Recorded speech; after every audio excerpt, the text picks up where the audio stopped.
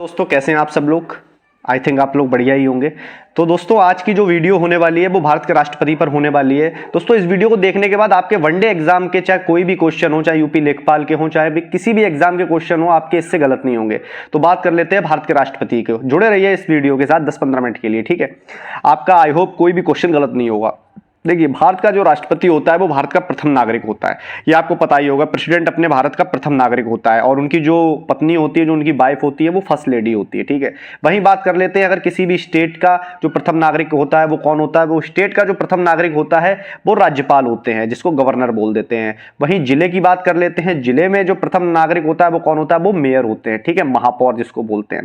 तो आज शायद आपको पता चल गया होगा कि इंडिया का जो फर्स्ट जो नागरिक होता है वो आपके होते हैं राष्ट्रपति, और जो स्टेट के होते हैं वो आपके होते हैं गवर्नर, और जो जिले के होते हैं वो आपके होते हैं मेयर, ठीक है। तो आई थिंक आपको इस चीज में कंफ्यूजन नहीं रहा होगा कि फर्स्ट जो नागरिक होता है वो कौन होता है।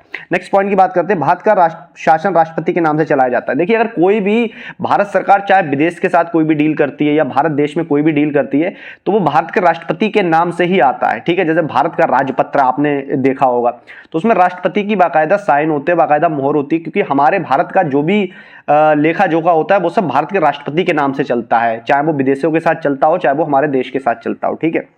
राष्ट्रपति भारत के संवैधानिक प्रमुख होते हैं, मतलब जो भी संवैधानिक गतिविधियां हो रही हैं भारत के अंदर, जो भी कोई नए लॉज बनते हैं, कोई अमेंडमेंट होता है, तो वो भारत के राष्ट्रपति के माध्यम से ही, उन्हीं के नाम से बनते हैं सारे। भारत के राष्ट्रपति के नाम की ही स्वीकृति उसमें मिलती है। बात कर लेते हैं इनके आर्टिकल की, ठीक है, जो सबसे इंपॉर्टेंट है, जो एग्जामों में पूछे जाते हैं। देखिए, भारत के राष्ट्रपति के जो आर्टिकल है, इंपॉर्टेंट आर्टिकल आप लोग देख लीजिए। 52 में क्या बोला गया है, आर्टिकल 52 कहता है भारत का एक राष्ट्रपति होगा। मतलब आर्टिकल 52 51 तक आपके 51 ए तक आपके थे मौलिक कर्तव्य, और 51 तक आपके थे डीपीएसपी, राज्य के नीति निर्देशक तत्व, और 52 से आपका शुरू हो जाता है भारत का राष्ट्रपति, ठीक है। तो भारत का एक राष्ट्रपति होगा। ये आर्टिकल 52 में सिर्फ इतना ही बताया गया है, ठीक है। आर्टिकल 53 में क्या बताया गया है, संघ की कार्यपालिका शक्ति राष्ट्रपति में निहित होगी। मतलब संघ की जो कार्यपालिका शक्ति है वो राष्ट्रपति में निहित होगी। देखिए, राष्ट्रपति एक बहुत ही इंपॉर्टेंट पद होता है। हम लोगों ने कह दिया है कि राष्ट्रपति एक कठपुतली के तौर पर कार्य करता है, बट ऐसा नहीं है। राष्ट्रपति एक संवैधानिक पद होता है और सारी कार्यपालिका की शक्ति होती है वो राष्ट्रपति के साथ में होती है। प्रधानमंत्री सरकार का मुखिया होता है और राष्ट्रपति हमारे देश का मुखिया होता है। मतलब कार्यपालिका की शक्ति राष्ट्रपति में निहित होती है, ठीक है। राष्ट्रपति इस शक्ति का प्रयोग संविधान के अनुसार स्वयं या अधीनस्थ अधिकारियों के माध्यम से करेंगे। मतलब राष्ट्रपति जो, अब देखिए इसमें क्या लिखा है, संविधान के अनुसार स्वयं या अधीनस्थ अधिकारी। अधीनस्थ अधिकारी में कौन आ जाएगा, अधीनस्थ अधिकारी में आपके प्रधानमंत्री आ जाएंगे। राष्ट्रपति प्रधानमंत्री जो भी सलाह लेंगे वो राष्ट्रपति से ही लेते हैं, या राष्ट्रपति जो भी सलाह लेंगे वो प्रधानमंत्री की सलाह लेंगे कि भाई साहब किसको अपॉइंट करना है। वो मंत्रिपरिषद की सलाह लेंगे, चाहे वो चीफ जस्टिस ऑफ इंडिया हो गए, चाहे वो कोई भी हो गए, चाहे वो किसी हाई कोर्ट के जज हो गए। तो मुख्यतः चाहे वो अटॉर्नी जनरल हो गए या वो महालेखा परीक्षक हो गए, जिसको हम कैग होते हैं, जो आर्टिकल 148 में कैग के बारे में जिसका वर्णन किया गया है, ठीक है। कंप्ट्रोलर एंड एडिशनल जनरल, वो कंप्ट्रोलर एंड ऑडिटर जनरल, ठीक है, भारत का नियंत्रक एवं महालेखा परीक्षक। कैग होता है, एक सीजीओ होता है, ठीक है। तो ये सारी चीजें राष्ट्रपति मंत्रिपरिषद से ही पूछ के ही करते हैं, ठीक है। नेक्स्ट क्वेश्चन पे नेक्स्ट आपका पॉइंट है 54, राष्ट्रपति का निर्वाचन मंडल। राष्ट्रपति का जो निर्वाचन मंडल है कि राष्ट्रपति को कौन कौन निर्वाचित करेगा, ठीक है। राष्ट्रपति के निर्वाचन में कौन कौन लोग शामिल होंगे, मतलब वोट कौन कौन से लोग डालेंगे। अगर गांव के इलेक्शन होते हैं तो जो गांव का नागरिक होगा, जिसकी गांव में जमीन होगी, वो एक गांव का नागरिक होगा, तो वो गांव के इलेक्शन में वोट डालेगा। यही बात कर लेते हैं लोकसभा राष्ट्रपति के इलेक्शन में कौन कौन लोग भागीदारी करते हैं, कौन कौन लोग वोट डालते हैं। ये बड़ा अच्छा इंपॉर्टेंट क्वेश्चन बन जाता है कि राष्ट्रपति के इलेक्शन में कौन कौन से लोग वोट डाल सकते हैं, आपसे कोई पूछ भी सकता है।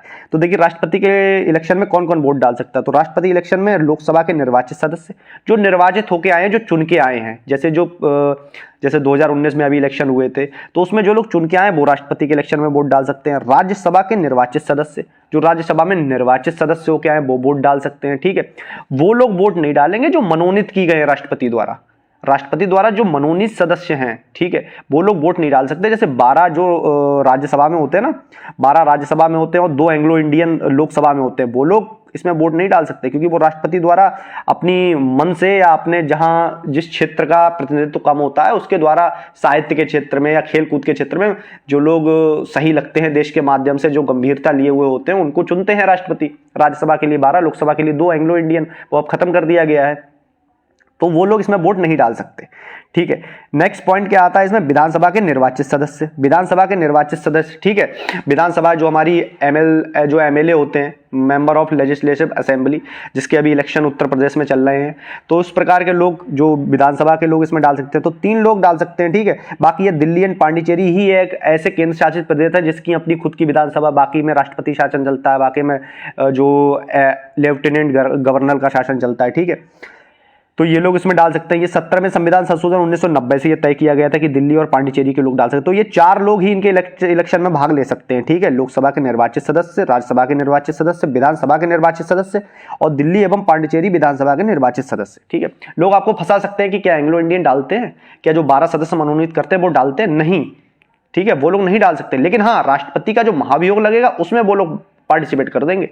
ठीक है, नेक्स्ट पॉइंट पे आ जाते हैं। अगर वीडियो पसंद आए तो प्लीज यार वीडियो को लाइक कर दें, चैनल को सब्सक्राइब कर दें। ठीक है, आर्टिकल 55 पे आ जाते हैं। 55 राष्ट्रपति के निर्वाचन की रीति प्रथा, मतलब राष्ट्रपति को निर्वाचन होगा वो किस प्रकार से होगा। तो इनका जो निर्वाचन होता है वो अप्रत्यक्ष रूप से आनुपातिक प्रतिनिधित्व प्रणाली के आधार पर एकल संक्रमणीय मत पद्धति द्वारा होता है। ठीक है, मान लीजिए 4 हैं आपके कैंडिडेट, 1 2 3 4, तो मान लीजिए मैं जा रहा हूं वोट डालने राष्ट्रपति को, मान लीजिए मैं मेंबर ऑफ पार्लियामेंट हूं। ठीक है, ध्यान से समझना इस बात को, मैं जा रहा हूं वोट डालने, तो मैं प्रेफरेंस के हिसाब से वोट डालूंगा। मान लीजिए 2 नंबर वाली मेरी पहली प्रेफरेंस है, अपना वोटिंग सिस्टम होता है ना, पहले नंबर पे हम इन्हें देंगे, दूसरे नंबर पर इन्हें, तो मैंने फर्स्ट चॉइस पे अपना 2 रखा। ठीक है, सेकंड चॉइस पे मैंने अपना 3rd रखा।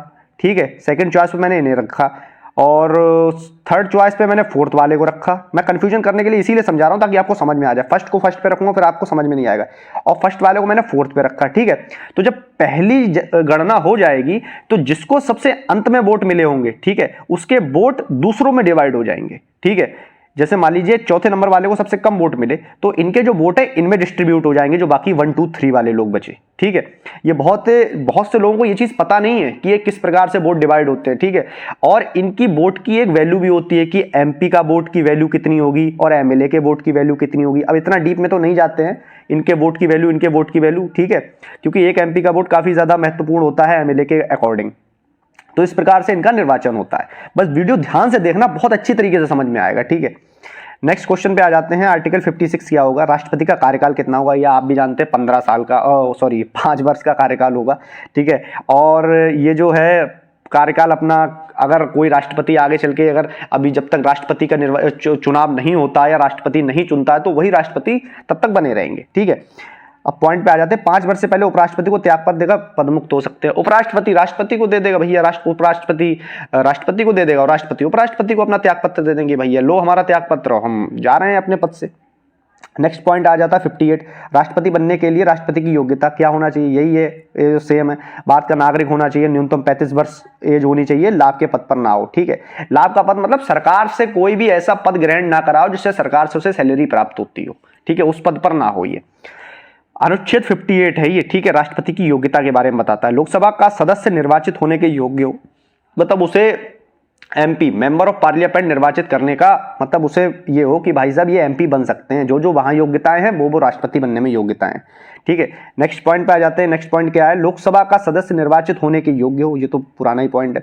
उम्मीदवार के नाम पर 50 मतदाता के द्वारा प्रस्तावित और 50 मतदाताओं द्वारा अनुमोदित होते हैं, मतलब 50 लोग इसमें चाहिए होते हैं गारंटी के रूप में। ठीक है, ये लोग इसमें गारंटर के रूप में चाहिए होते हैं 50 लोग। ठीक है, और उसमें होते हैं जो उपराष्ट्रपति के लिए मांगे जाते हैं वो 20-20 मांगे जाते हैं। ठीक है, 20 मांगे जाते हैं प्रस्तावित और 20 मांगे जाते हैं अनुमोदित। ठीक है, 20 प्रस्तावित 20 अनुमोदित ये मांगे जाते हैं उपराष्ट्रपति के लिए, और राष्ट्रपति के लिए 50-50 मांगे जाते हैं। जमानत राशि 15,000 रुपए होती है। हम लोग कोई इलेक्शन लड़ते हैं तो उसके लिए कुछ जमानत राशि देनी पड़ती है ना, गांव वगैरह के इलेक्शन में भी देनी पड़ती है, तो 15,000 रुपए इसमें जमानत राशि होती है। ठीक है, राष्ट्रपति पद के लिए पढ़ा लिखा आवश्यक नहीं है, ये तो हमारे भारत का दुर्भाग्य है। ठीक है, कि नेताओं को पढ़ा लिखा, राष्ट्रपति जबकि एक संवैधानिक पद है वो कोई नेता के पद में नहीं आता, उसके लिए तो मैं ये चीज नहीं कहूंगा। लेकिन भारत में यही है, डेमोक्रेसी है कि जो पढ़ा लिखा हो भी ना भी हो वो भी नेता बन सकता है। चलिए इस पे बात क्या करते हैं, हमारा तो काम पढ़ाने का है। नेक्स्ट पॉइंट पे आ जाते हैं। जो अनुच्छेद 59 है वो क्या है, राष्ट्रपति के वेतन और भत्ते। राष्ट्रपति को कितना वेतन मिलेगा, तो राष्ट्रपति को अब इसके हिसाब से 5 लाख रुपए सालाना वेतन, महीना वेतन मिलता है। वेतन भारत की संचित निधि से दिया जाता है। ठीक है, ये बात बहुत इंपॉर्टेंट बात है कि वेतन जो होता है भारत की संचित निधि से दिया जाता है, और पेंशन भी भारत की संचित निधि से मिलती है। वेतन आयकर से मुक्त होगा, कि भाई आयकर नहीं लगेगा इसमें। राष्ट्रपति भवन की सारी सुविधा निःशुल्क दी, सारी हो गया, सारी हो गए, सारी सुविधा निःशुल्क मिलती है। आपको पता ही राष्ट्रपति भवन कितना बड़ा, उसमें सारी सुविधाएं इनको निःशुल्क मिलती है। अनुच्छेद 60 क्या कहता है? राष्ट्रपति की शपथ, ठीक है, शपथ कहता है अनुच्छेद 60 कहता है राष्ट्रपति की शपथ क्या होगी। तो राष्ट्रपति की शपथ सर्वोच्च न्यायालय के मुख्य न्यायाधीश द्वारा दिलाई जाती है, ठीक है। जो CJI होता है, चीफ जस्टिस ऑफ इंडिया, ठीक है, उनके द्वारा राष्ट्रपति को शपथ दिलाई जाती है और CJI को राष्ट्रपति के द्वारा शपथ दिलाई जाती है। तो मतलब दोनों का उल्टा है, लेकिन त्याग पत्र राष्ट्रपति उपराष्ट्रपति को देते हैं, ये बात ध्यान रख लेना, ठीक है। नेक्स्ट पॉइंट, अनुच्छेद 61 क्या कह रहा है? राष्ट्रपति को हटाए जाने की प्रक्रिया। राष्ट्रपति भाई कैसे हटेगा? अभी ये भी तो है कि राष्ट्रपति को हटाना भी तो होगा। राष्ट्रपति की महाभियोग के आधार पर हटाया जाता है, महाभियोग के आधार पर ही CJI को हटाया जाता है, ठीक है, चीफ जस्टिस ऑफ इंडिया। और महाभियोग के आधार पर ही जो कैग होता है, कॉम्प्ट्रोलर एंड ऑडिटर जनरल, ठीक है, जिसको महालेखा परीक्षक एवं नियंत्रक कहते हैं, नियंत्रक एवं महालेखा परीक्षक कहते हैं, उनको भी हटाया जाता है, जो आर्टिकल 148 में है, ठीक है, इनको हटाया जाता है। महाभियोग चलाने का आधार संविधान का उल्लंघन या महाभियोग की प्रक्रिया संसद में चलाई जाएगी। संविधान का उल्लंघन के आधार पर ही इन्हें हटाया जा सकता है कि भाई साहब कोई भी चीज संविधान में अगर नहीं है, राष्ट्रपति ने वो काम कर दिया तो उसके हिसाब से इन्हें हटा दिया जाएगा। महाभियोग की प्रक्रिया किसी भी सदन में लाई जा सकती है। देखिए, महाभियोग की प्रक्रिया चाहे राज्यसभा से स्टार्ट हो जाए चाहे लोकसभा से स्टार्ट हो जाए।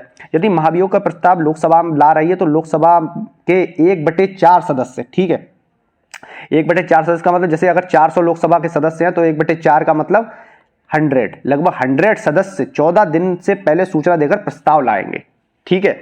महाभियोग अगर लोकसभा में आ रहा है तो 14 दिन पहले वो जो 100 सदस्य हैं वो प्रस्ताव ले आएंगे और वही राष्ट्रपति को सूचित कर दिया जाएगा कि आपके खिलाफ महाभियोग लगने वाला है, अपने बचाव में भाई साहब आप आ जाइए। नेक्स्ट पे आ जाते हैं, यदि महाभियोग का प्रस्ताव 2/3 बहुमत से पास हो जाता है, ठीक है, 2/3 मेजोरिटी से अगर पास हो जाता है तो यह प्रस्ताव राज्यसभा के लिए जाएगा और राज्यसभा जांच करेगी और राज्यसभा 2/3 बहुमत से पारित कर देती है तो राष्ट्रपति स्वयं हट जाएंगे। यदि राज्यसभा प्रस्ताव पारित नहीं करती है तो राष्ट्रपति नहीं हटेंगे। ये बात बहुत इंपॉर्टेंट है, दोनों सदनों से हटाया जाना तय होना चाहिए 2/3 बहुमत के आधार पर, ठीक है, तभी राष्ट्रपति को हटाया जा सकता है, वैसे नहीं हटाया जा सकता कि आपकी सरकार लोकसभा में और आप हटा दें राष्ट्रपति को, ऐसा